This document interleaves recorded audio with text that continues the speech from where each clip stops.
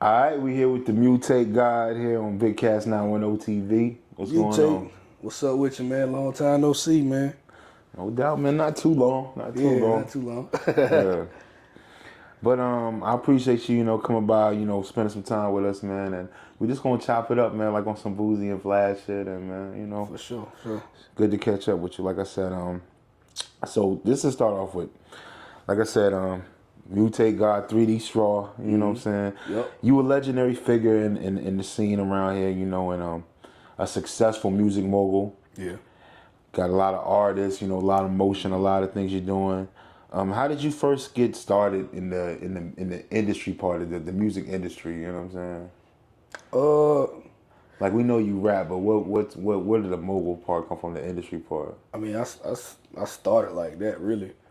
Like I did it because people that was rapping around me at the time wasn't taking the business as serious.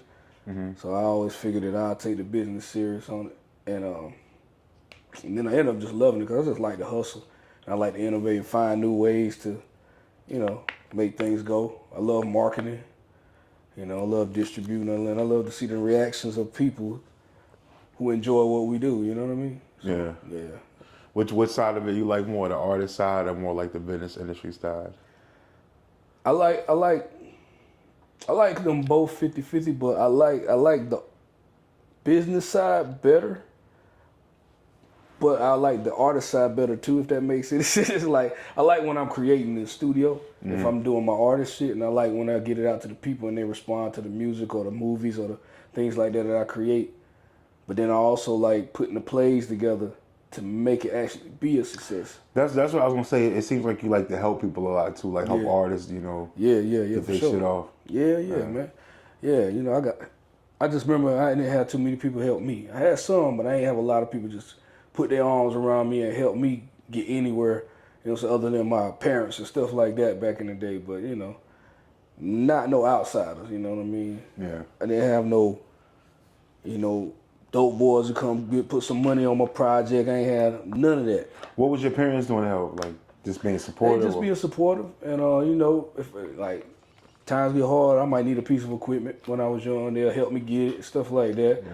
Or, any little thing like that, they'll do that and help me out. So, Yeah. Yeah. I saw this one clip. I think they was at like an award show or something. But J. Cole was there with his mom, and he was kind of like telling a story like how mom bought him a little $1,000 beat machine. I don't even know where his mom got the $1,000 from. Right. But she put that up, and she probably had no idea what that was going to really. Right. You know what I'm saying? She probably was just trying to keep him busy, but little did she know. You know what I'm saying? Yeah, that little stuff help out, man. It spark the mind, and for great things. Your parents be knowing. Yeah.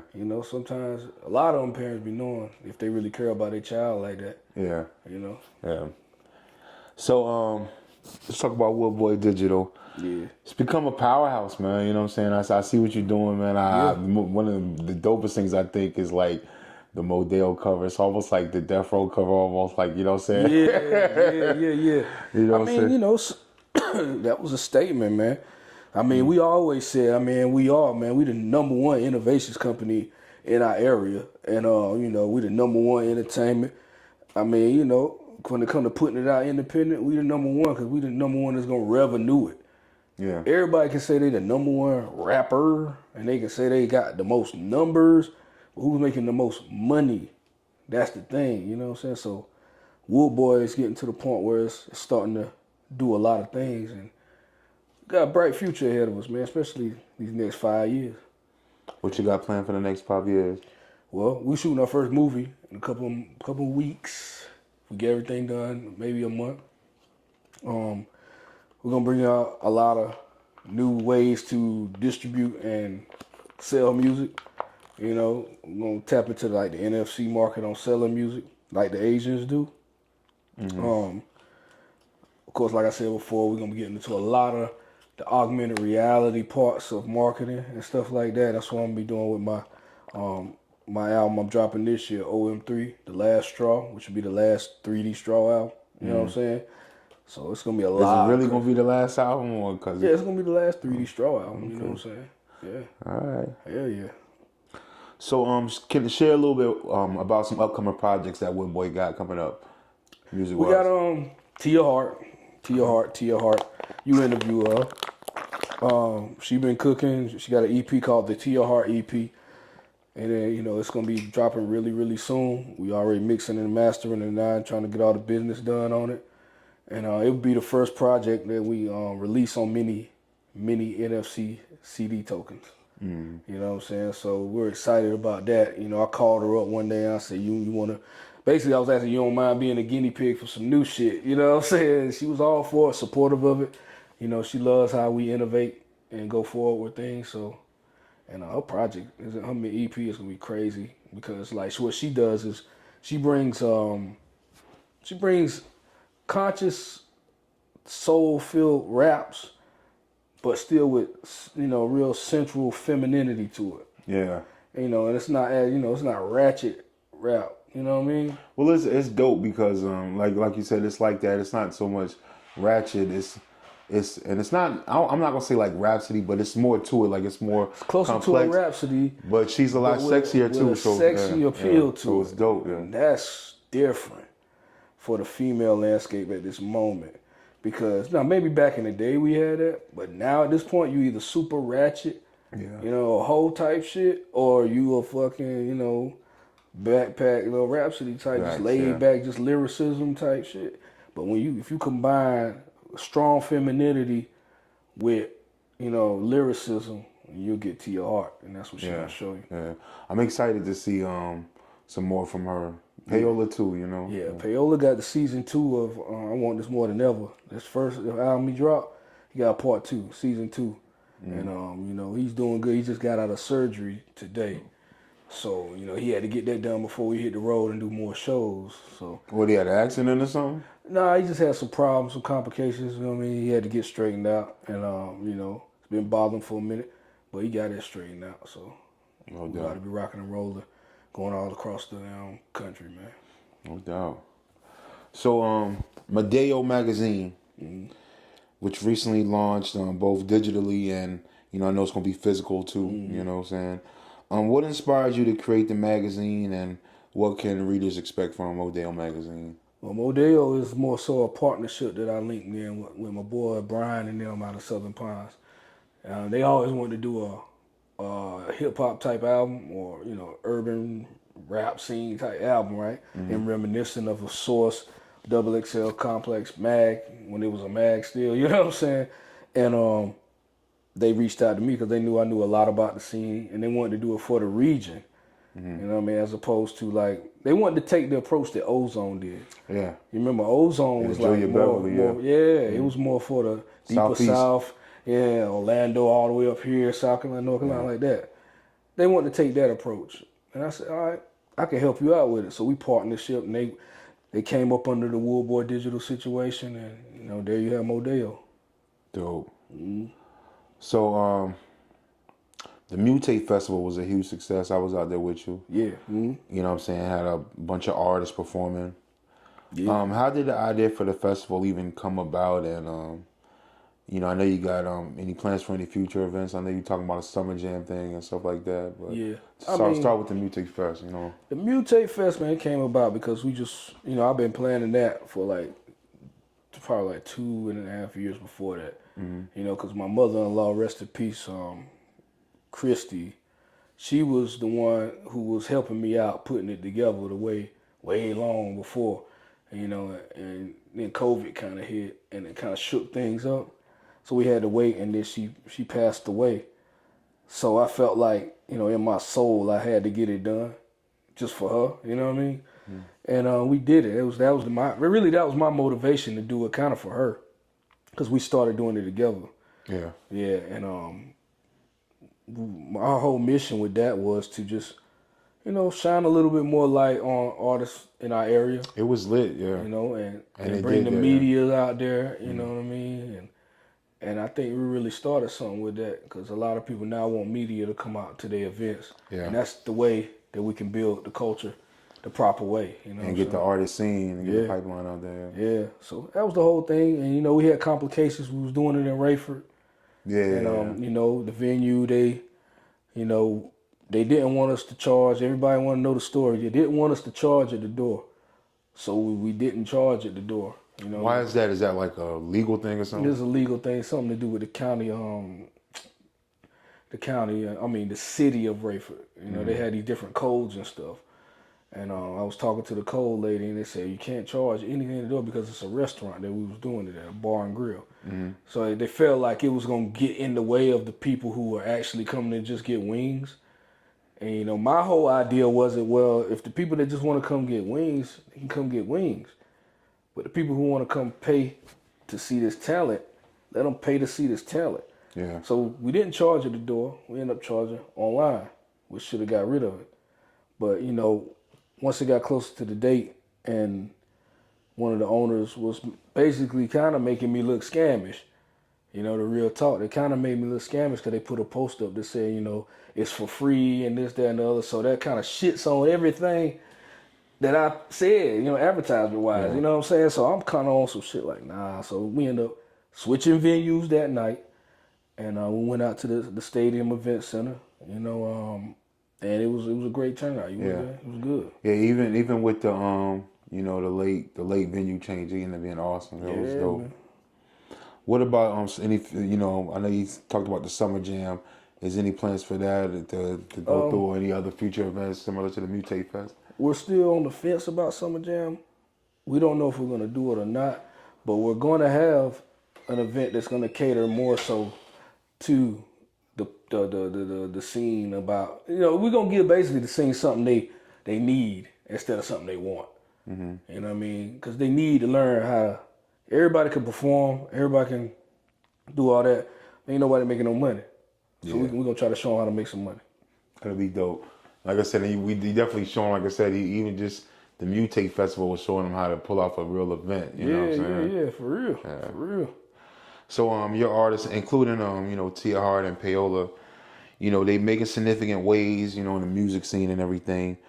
What do you think sets, you know, your artists, you know, apart from like the other artists that's already out there doing anything in the game? What sets them apart? It's the artist development, man. My artists, man, the first time when they come to me, my first motto to them is, can you be patient? And if they can't be patient, I can't deal with them. Because our shit comes with a process. It ain't just jump out there and do shit. It comes with a process so you can get the better benefit from it. And I ask each one of the artists that I consider doing work with and partnership with, because I don't call them my artists, I call them partners. Yeah. You know what I mean? I ask them, can they be patient?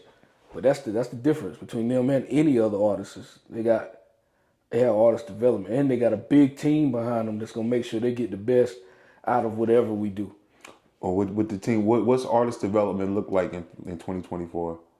Well, it kind of looks like it did in 1997. Like it's just like you take an artist who has raw talent and you mold them into, as far as the imagery, sometimes the way they create songs. You know what I mean? The way they do interviews. You teach them all these things in order so they can conduct themselves in a professional manner. You know what I mean? And that's what's missing. That's why you get a lot of artists doing dumb shit, because they don't have proper training. And that's what we give to them, you know? So not just music development, but music development as them being as them like being a business, like entrepreneurship. We show them how to move around, and some of them already have a niche for moving around pretty good themselves. But we give them an extra idea on how to do better. You know, that's what we're here for. We'll avoid digital. So I wanted to ask you too about something that I did catch a couple quick moments of that looked dope, and I know you're a part of, which is a podcast called The Hood Academy. Can you talk a little bit more about that and what listeners can expect from that, and who else Hood involved Academy, in that? man. That's my guys. One of my media shows that's on the Modeyo network on YouTube. They do a lot of interviews. They travel around with me anywhere I go, and anywhere Wood Boy goes. And they have a great niche on. They can mix. They have fun, but they talk about real topics that's dealing with in America, in the poverty, in the Black America. They talk about all that from mental health and everything like that, all the way to baby daddy, baby mama drama, all the way to just comedy, sex, whatever you want to talk about. They are your outlet to talk about real shit that really goes on in the hood that affects the people and the children and everybody else in the long run. Now, Who's all on that show? Oh, I got my boy Teddy Bear. He runs that, and his crew of people. You know what I mean? I'm just now getting to know him. You know, we getting familiar because they just got with us a few weeks ago. Okay. But I know Teddy Bear. He's the one that I talk to the most, and everybody on the panel is dope. Yeah. One day when I was out about running around, I caught them like when I think they was doing like on Facebook Live doing like a little segment or something, and it was dope. I tuned in for it. Yeah.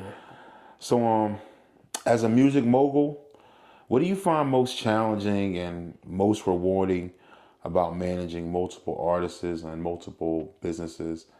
The most challenging is being able to staff up to move everybody around properly. Especially when you're independent. The most rewarding is whenever they finally bring their projects out and people respond to it, when they finally get in, because in Woodboy, everybody who's in Woodboy, they take advantage of anything we do. So you'll see artists dropping an album, but then he'll be in a movie too. Yeah. Or they might be in a Modeyo magazine promoting something they have and stuff like that. They take advantage of our whole infrastructure, all the way down to investments. They're able to, like, let's say we're bringing the movie out. They're able to invest in a percentage of the movie so they can make money with that. And they don't even have to wrote one thing about it. They just invested into it. So we just kind of keep it like that. I was thinking too, like even like they even get the benefit of like the Mutate festival, and everything. Yeah, that's real dope. Yeah, any event, anything we do, if they're able, like I'll do something. I ask who wants to invest, who wants to be a part. If they want to, then it's like buying stock. Yeah. You know what I'm saying? They can be a part of it. Do you say things like the Mutate Fest? I know you're dealing with different artists that they got children and jobs and all kind of things that all kind of things going on. Do it upset you if they like miss like events like that? Does it upset me? No. It only bothers me if I don't know about it beforehand. Yeah. Because if it's like I don't know that they're not gonna come beforehand and they just don't show, then it don't upset me, but it's like weird. You know what I'm saying? Like, cause you're trying to go forward with your career and everything, and kind of like what you put in is what you get out. So it's like those type things. But other than that, nah. If they let me know, cause I know life happens. Yeah. And one thing about Woodboy, it's kind of like this. I'll put it to you like this. It's like the NBA. Just cause one player don't show up to a game, the NBA gonna still keep going.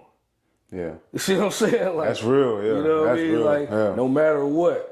You know what I mean? Your face of the league might not be a LeBron, whoever the face of the league is, might not be there. But guess what? Yeah. The NBA gonna go. Yeah, like you said, even if the key players don't show up, still some of them seats them been sold. And it's still some young people that want to get involved with it. So that's how Woodboy is structured, like the NBA and the NFL. Yeah. You know what I mean? Yeah.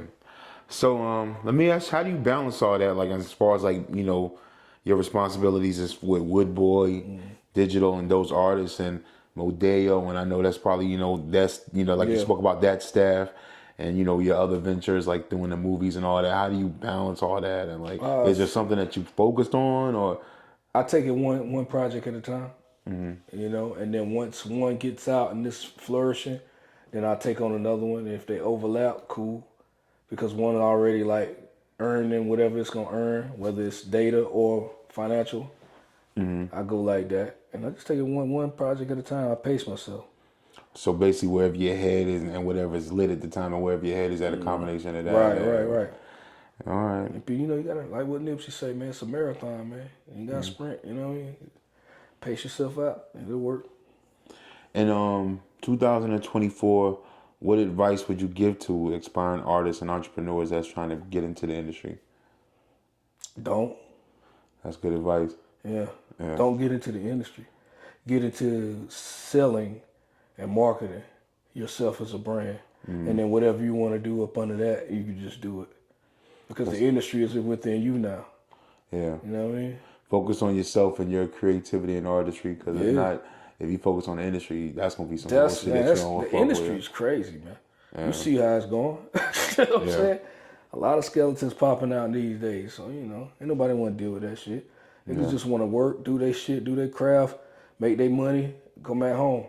Yeah. That's it. Yeah, hell yeah. Well, shit. Let's talk about some other shit, man. Some things going on, and let's get straight into it too, man. Yeah. So it's been a couple of weeks, since that whole Kendrick Lamar and Drake thing. Yeah. What do you think about the battle? After having a couple of weeks to look back on it, who won that battle in your opinion? Man, Kendrick, bro. Kendrick won. You know why? Why is that? Two to three reasons. He won because he took his manhood. When you talk about somebody's mother, father, and child, that's deep. That's grounds of, some drastic shit. Yeah. For two, he gave us a bop that everybody remember. Yeah. Not that old freaky ass nigga. That's a damn saying now. Yeah. 69 God, that's a saying now. Yeah. Drake ain't had no quotables. He ain't had no memorable shit in his shit. See, that's what kind of tilted it to me, because even like coming up until like when they stopped making the records, it was kind of still kind of even to me, and I did still like the way that Drake was shooting his darts off, but I mean, Mustard laced Kendrick on that, man. Gave him a hit. He gave him a hit, and like weeks later, it's still like Still you hear that record now more than you did the day when it popped. You know what I'm saying? Man. Everybody's playing it, yo. Yeah, it's just a vibe. Yeah. So that's what made it. He won because you wouldn't even thought Kendrick would have win in that area. Yeah. You know what I mean? At first we thought he was just gonna go control on him. Yeah. But you notice he kept it calm the whole time. Yeah. Smart MC, bro. Yeah. Because he knew if he went that way, he probably would have lost. Yeah, because I like, and you're right, because I like the joint that he did, which was called like Meet the Grams, right? Yeah. I like that shit when he came with Alchemist. That was hot too, yeah. Now, one thing from Drake I did like is the visual. I forgot which one it was for. Well, he was burning the van When he and crushed all that. the van and That's all the that. family. That shit was funny. Yeah. The whole little movie, that shit was hilarious. See, was that the van? Because people were sending that to me saying that was the van from the cover, but was that the van from the scene? Yeah, it was the same one. I don't know if it was the actual one. Visually, it was saying what It's it the needed to say. same one, yeah. Yeah. Crazy. He went and caught one from a used lot somewhere. You know, Drake got long paper, so he can do anything. You know what I mean? Yeah. And that was that. What and I remember it's been a couple of weeks. I remember when this was actually going on in the mix of it. That's when the Mutate Fest was going on. I remember we and Cornball was rapping about it, and we just as far as the Cole thing, all of that shit was cool to me. I just didn't like the way other motherfuckers was attacking. Like I remember, you remember Joe Buttons and them was going in one day about how that's how Fayetteville niggas act. I remember Academic in that. How do you feel about like the Cole part of it and him like kind of like stepping aside from it? Do you think that was like a failed opportunity for him to like really step into like his MC kingdom, or? I think that's the way he saw it at first. So that's why he did that little shot. But then when he realized that these motherfuckers really hate each other. Yeah. I thought they was playing. You know how you get in some shit, you like, I thought it was a battle, but they really got some issues. So I think he did the right thing for that. You know what I mean? Like, then Kendrick, it'd be different if Kendrick threw some crazy bars at him after the fact of the apology. Yeah. Then I'm like, he fucked up. He did. You know what I'm saying? But he didn't. So he just kind of.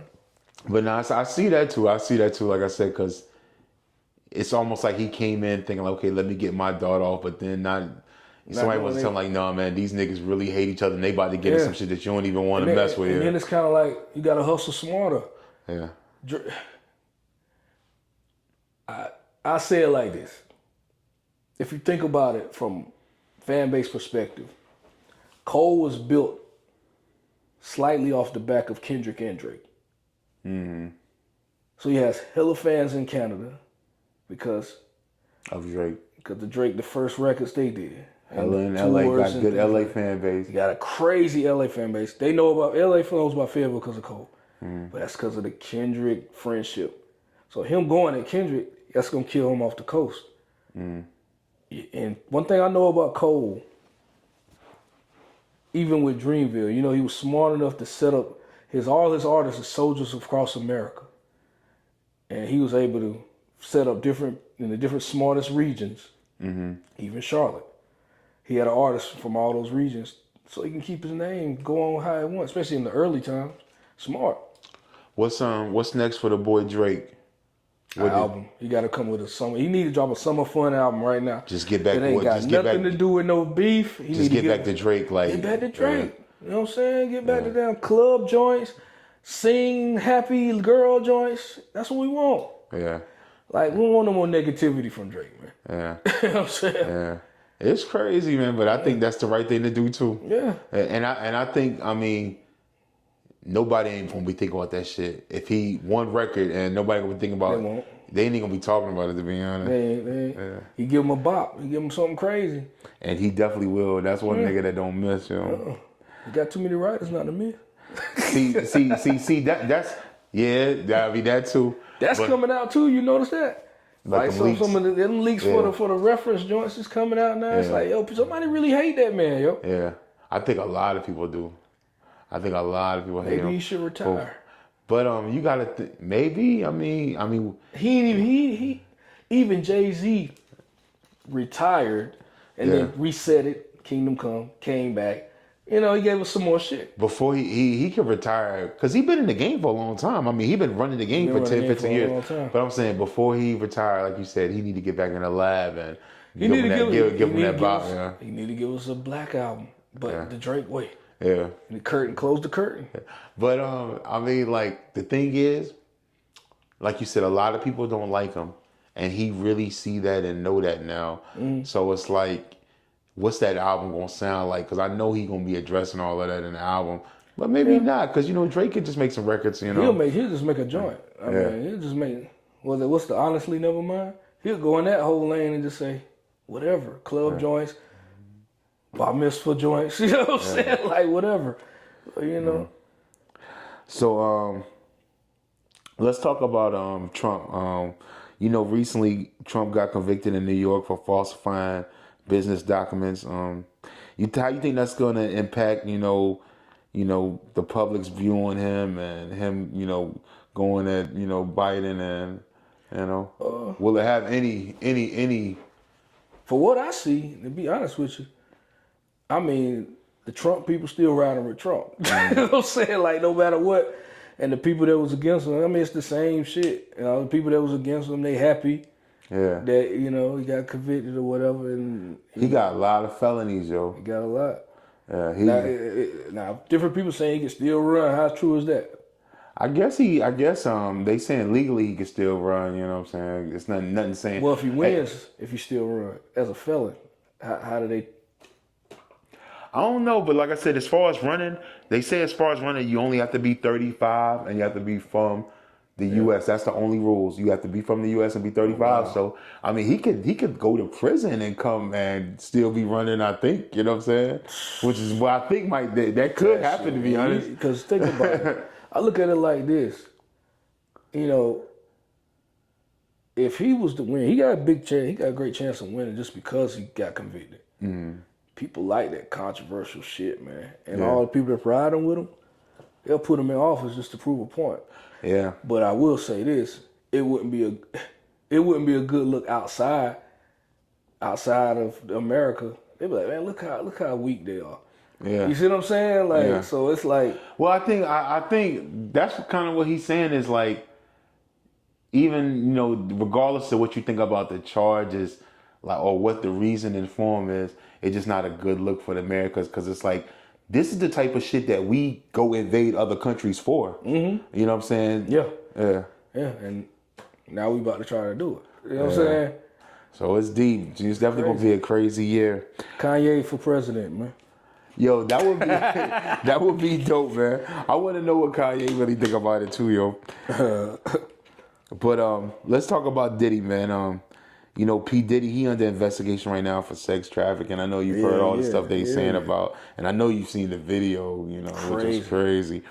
And seen the video of the feds raiding his crib. Mm-hmm. What's your thoughts on that, and what effects do you think it'll have on the music industry? I think it's going to... I say this about the music industry part first. Well, matter of fact, first of all, I say,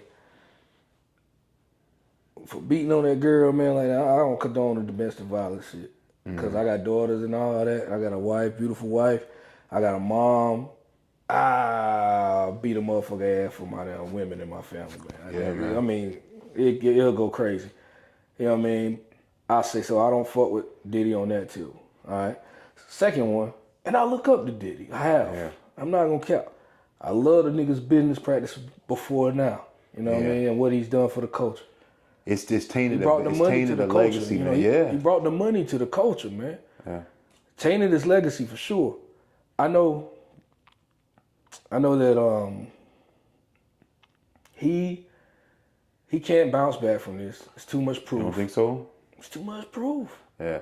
I mean, proof. I mean, I'm gonna tell you, when they was first dropping them allegations, even when he gave the bread up, I'm always one of the ones like, well, you at least got to get a brother the benefit of a doubt. You don't really know what happened, but that video was so raw, like, you know what I'm saying? It's like, I mean, he treated her like a street nigga. He kicked her and everything, bro. Like, come on, man. That's why I could say he may not be able to come back because that video is just so raw, man. Because I mean, he ain't even a broke nigga. That's broke nigga activity. Yeah. Imagine, you supposed to be player. All right, whatever the girl did, she ain't want to fuck with you. Cool, bye. You got enough money to buy a bitch. I'm gonna tell you some. I'm gonna tell you some real shit that they were saying too. I can't remember what it was. I was watching some podcast and some people was trying to add context to the video, and they were saying that at that very moment when he walked out there and grabbed that bitch and did that, they were saying that in that bag that she had like $400,000 in that bag, and she was in the process of stealing $400,000 for him. But even if that, what's $400,000 to Diddy? Like, come you on, tripping, man. Bro? Like, not a violent situation, bro. Like, are you serious? Yeah, he gonna make that again in the next couple minutes. He'll make that back. But now he done fucked up because, like I said, he may not be able to do it again now. And this whole Me Too thing is something that we are in the process of viewing. This shit that we watching with Diddy. We've seen niggas get canceled. We've seen some niggas skate through. Yeah. We've seen some people get charged and go to prison. Some people, like you said, skate through on that level. But I said, somebody like Diddy ain't fell off. Diddy's on some levels in the prime of his career. Yeah. As far as like being a mogul and everything. Like you talking about, we don't know what's really gonna happen or if somebody can. I mean, as far as if somebody could bounce back from that. I don't know how they could do it. Like, you know what? Who's going to co-sign him? Like, right. How can he bounce back? You know what's fucked up though?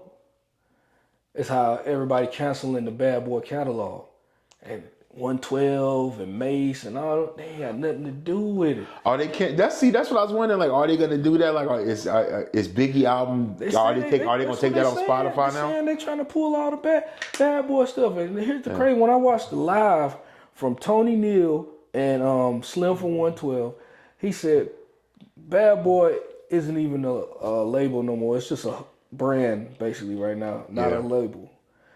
So everything wasn't even attached to Diddy no way no more. Yeah. They done gave all the rights, but he done gave their right. They publish him back, whatever, however. So now you dipping in people's pockets that didn't have nothing to do with none of that what you doing. That's how powerful you are. Yeah. And that's fucked up. Because some of they still trying to eat. They might not have no more hits. So they go eat off that old stuff. And they look for that check in the mail, that pub check, that royalty check in the mail. You know what I mean? Yeah, I wonder about that. Because like I said, I seen too some clips recently with Faith Evans. Faith Evans was doing a show. And you think about somebody like Faith Evans, she's still out here touring. But the songs that she was doing, like, it's been so long. Them joints is classic. Yeah. But all them joints is P. Diddy songs. Like, are people... I mean, do those songs don't qualify anymore? That's what Slim was saying. He's saying, yeah, in essence, in our mind, they P. Diddy songs, but he don't even have ownership of none of that no more. So they canceling something that he ain't even attached to no more. Yeah. Just because his brand is so big as Puff. Yeah, it's crazy, man. Like I said, we have to watch and see. Are they really gonna punish him? Or are they gonna punish the whole Bad Boy legacy? Because like you said, that's a legacy. Yeah. You talking about Biggie? You talking about Biggie and Pop being the best? You gonna take big albums off Spotify because Puffy made them? Right. You know what I'm saying? And then what Puffy albums that's significant enough other than No Way Out? No Way Out's a classic though. Yeah. And after that, we don't really care as much about Puff albums. Last Train to Paris. I mean, I listen to them. I listen to music. And I find good in pretty much any project. I like how he puts his stuff together. But in the scheme of things, nobody cares about any Puff album. So you really just hurting the Locks and 112 and what's my boy name that sounded like Mace? He got a beard now and everything. Loon. Yeah. Black Rob's family, and you know they got a lot of classics. They got a big catalog, man. But I just can't see. I can't see them taking them big albums off Spotify. Yeah. But I saw too. One thing that surprised me. I saw Big Mom was going in on Puff. Yeah, that was crazy. Know him. Yeah.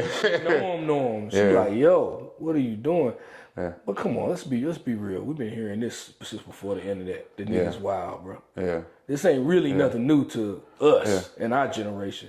Have you ever heard that story about because I hear different versions of it, and I've heard it. The rumors.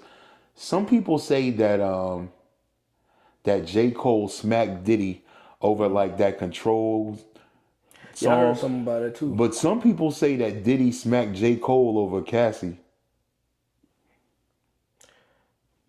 Who? I mean, I'm sure you've heard this sometime. I've heard the story. All I know is I heard that J. Cole like slapped fired on back. I think Puff did hit first. So Bo got I think J. Cole smacked the shit out of him. Everybody says more percentage say J. Cole won that too. Yeah. For what it's worth. But you got that story. You got the story about how they say he put hands on Drake over a beat. Like he got violent. He's a person that you always hear. You know what I'm saying? Yeah. And then he picks and chooses battles though. But I'm gonna tell you something. Speaking of that, after looking at that video, some shit, you gotta call like maybe not. Yeah. But after seeing that video, you kind of gotta believe everything. So you gotta go back to like niggas saying he paid $1 million for this Tupac shit and all that. I don't put it past it. Yeah. That's what I was telling my homeboy, Uncle Chuck. Shout out to Uncle Chuck. Yo, everything's coming hindsight 2020 now. Yeah. Like everything's coming clear. Yeah. Because that's the first allegation that he had before they went into this. Yeah. Remember the dude and they was talking about that Puff had something to do with it? He was on fire for that first. Yeah. Then it went into the Cassie shit after that. Yeah. About right around the time when Keefe D got locked up. Yeah. Yeah. See what I'm saying? So, Puff had long money for a long time. Yeah. Got old money, small face. Yeah, that's like I said. I believe that it's something too. You keep hearing these rumors about him, like with the liquor people and how everything changed once he went to get them. Like, it's crazy. But he was dealing with some serious people, and if the rumors are true too, like, and you gotta assume, like you said, because you gotta assume there's some truth to everything at this point. Mm-hmm. If the rumors are true about how he was on some Jeffrey Epstein shit, setting people up, like recording them, he probably got some shit, yo. Oh, they got them tapes too. Yeah. Yeah. Allegedly, I heard what Kim Kardashian had something to do with something. It's going crazy, bro. So that's what they say. As far as like CNN getting the tape of him beating that, they said that tape came from Diddy crib. They saying like that didn't leak. Like, and I don't believe this. I believe like the feds put it out, but they say they got that tape from his crib. Yeah. I don't doubt it. What did Kim Kardashian put out? Nah, they was talking about like I can't even remember. You have to look it up. But like she was helping him out in some sort of way. Mm-hmm. I don't know if that was just some old, Chris, she'll put something out to keep the Kardashians popping. How she do, but just to ride the wave of what's going on in the news. Mm-hmm. What do you think about 50 Cent gonna put that doc about Diddy out though? I mean, that's the ultimate petty. I mean, I'm gonna tell you, 50 Cent. We seen him in the early 2000s, and he showed us he was an incredible rapper and hip hop mogul and CEO. And one thing he showed us in the past 10 7 years too is he doesn't play when it comes to television production. And I mean, he puts together some of the best shows and documentaries. So I'm pretty sure, and if Netflix copped it, I'm pretty sure it's a quality documentary. But as far as the way he plays the game, he fucks with you. If he got beef with you, he fucks with you. And it's at the point now where he don't even have to do it on no street shit. Like he's doing it from within the industry. It's kind of funny, to be honest. Yeah, it is funny, bro.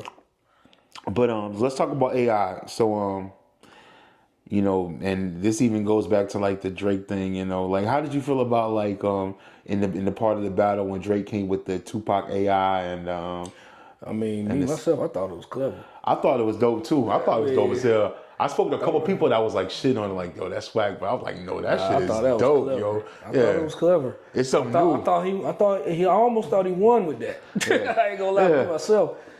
But you know who won mostly with the AI shit, and with that BBL Drizzy, man. I believe they produced that on some AI shit. Yeah, and that's crazy, yo. Yeah. They made it sound like a 70s sample, and it's really just like some AI shit. Yeah. And that shit was like the hottest shit of the summer. Yeah, I think even Drake rapped on it. Unless that was fake Drake. On the Sexy Red. Yeah, was that real? It was the real Drake. I don't know what fucking real and fake no more, man. Like that's what's crazy, yo. That's real crazy.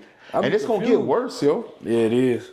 But I'm gonna tell you, when he dropped that Tupac joint, I thought that was mad creative, yo, and the way he was like talking, he was talking as himself, but in that voice, I thought it was mad creative. But then he had Snoop on it too, but that wasn't the real Snoop.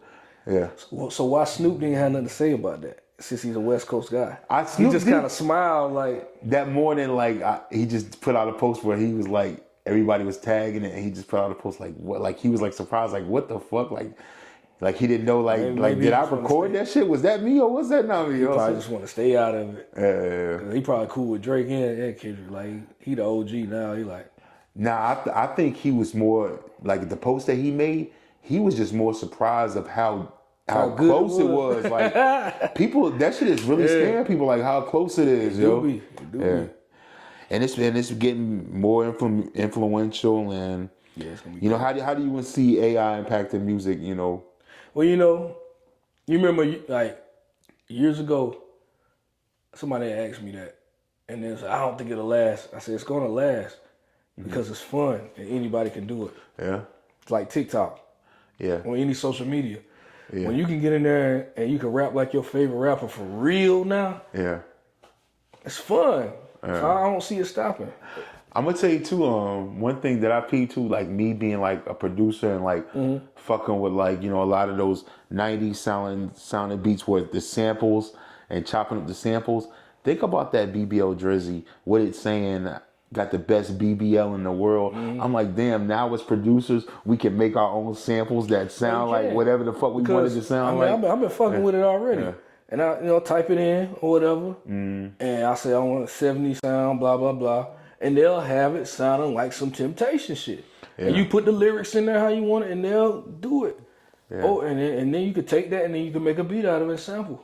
Yeah. Now I haven't fucked with the music part, but I fucked with the art part. Like when I did the Cast Digital and the joint that I did after that called Street Money. If you look at Street Money, that cover is so crazy to me, but literally what it is like you said, me going through and like putting like, yo, I want to create like a Basquiat type picture with me on there as like a hustler. I had him put my face on it and all that. Like, yo, this shit is crazy, yo. I love it. I love it because it gives you power to do what used to be harder. Shit that was impossible. Not hard, like impossible. Like you can create what you want to create. It's crazy. Exactly. I love it. I was having a conversation with Rain about this too, because I think Rain, he probably looks at it more of like a negative thing, but I think AI is gonna be crazy for the music industry, yo. It is. Yeah. It is. Yeah. In a positive way. Yeah. And technology's taking over anyway. Like, I mean, when you go to your local grocery store, man, you don't even have to see a person no more. Yeah. And some people are upset about that, but it makes my life easier. It's advancing, like, it's advancing, like, and even like think about like artists, like, I don't know how far they're gonna take this AI shit, but think about it, like a year ago you might have been on some shit where like, yo, female rap is popping, let me find me a female rap artist and put her in the studio. But now you literally, it's almost now where they get into the point where you literally gonna be able to like have an idea like, yo, you gonna be able to create an artist or your, like it's gonna be that serious, yo. You can. Yeah. Because they doing the videos and all that, the AI videos, and all you got to do is tell them what you want to do. Yeah, it's dope. I mean, especially for like writers who want to just reference some shit and try to sell it. Yeah, you ain't got to go wait for somebody to do shit for you. I think it's crazy for the producers, yo, because it's like the producers that had the idea. If you like a producer and you got a little technical know-how, you come to the point where you will be able to create anything you want to create. So Tubi, let's talk about Tubi. Tubi's a popular platform, a lot of independent artists and film directors, even in this area, getting their shit off. And people love Tubi, man. What's your thoughts on Tubi and how they support, the up and coming filmmakers? What's your favorite Tubi joint? I want to ask you that too. Oh, favorite Tubi joint. It's all one of my homeboy Terry Miles do. Swap out because I had my music was on there. Anything Terry Miles do was golden to me. So he used to be my manager back in the day. He told me he was gonna do all the shit he was doing. His first movie was in Redbox. And like that's before Tupac took off. Yeah, it was like probably about a decade ago now. And he was just hustling. He told me, I'm talking about at least 15 years ago, he told me he was gonna do everything he was doing right now. And anything he put out. And of course, Barry, what he do, he's doing an amazing job. Salute to Barry Williams. He always be top tier on everything that he do. Any shout outs, anything you want to give, to your peoples? Yeah, always shout out to my wife Diamond. Y'all make sure y'all go see Summer Camp, the new movie with Kathy Bates in it. She did the hair on there. Shout out to my son for graduating from Hope County High School class of 2024. You did it. Shout out to Uncle Chuck, my partner, that makes it do what it do. When I ain't there, he there. You know what I'm saying? He making it happen. The whole Woodboy, Payola Stacks, Tia Hart, my new guy, King James, Hood Academy, and Modeyo, everybody. Everybody's dealing with Woodboy Digital and what we about to do in the future. Rudy P, y'all go check out Rudy P Talks Caps, and also check us out on me and his podcast, Random Meetup. You know what I mean? And yeah, that's pretty much it, man. And Sarah stamped it. Shout out to her. Shout out. Yeah, all that. Whole crew, man. Woodboy Digital, man. You know what it is. All right, salute, man. For sure.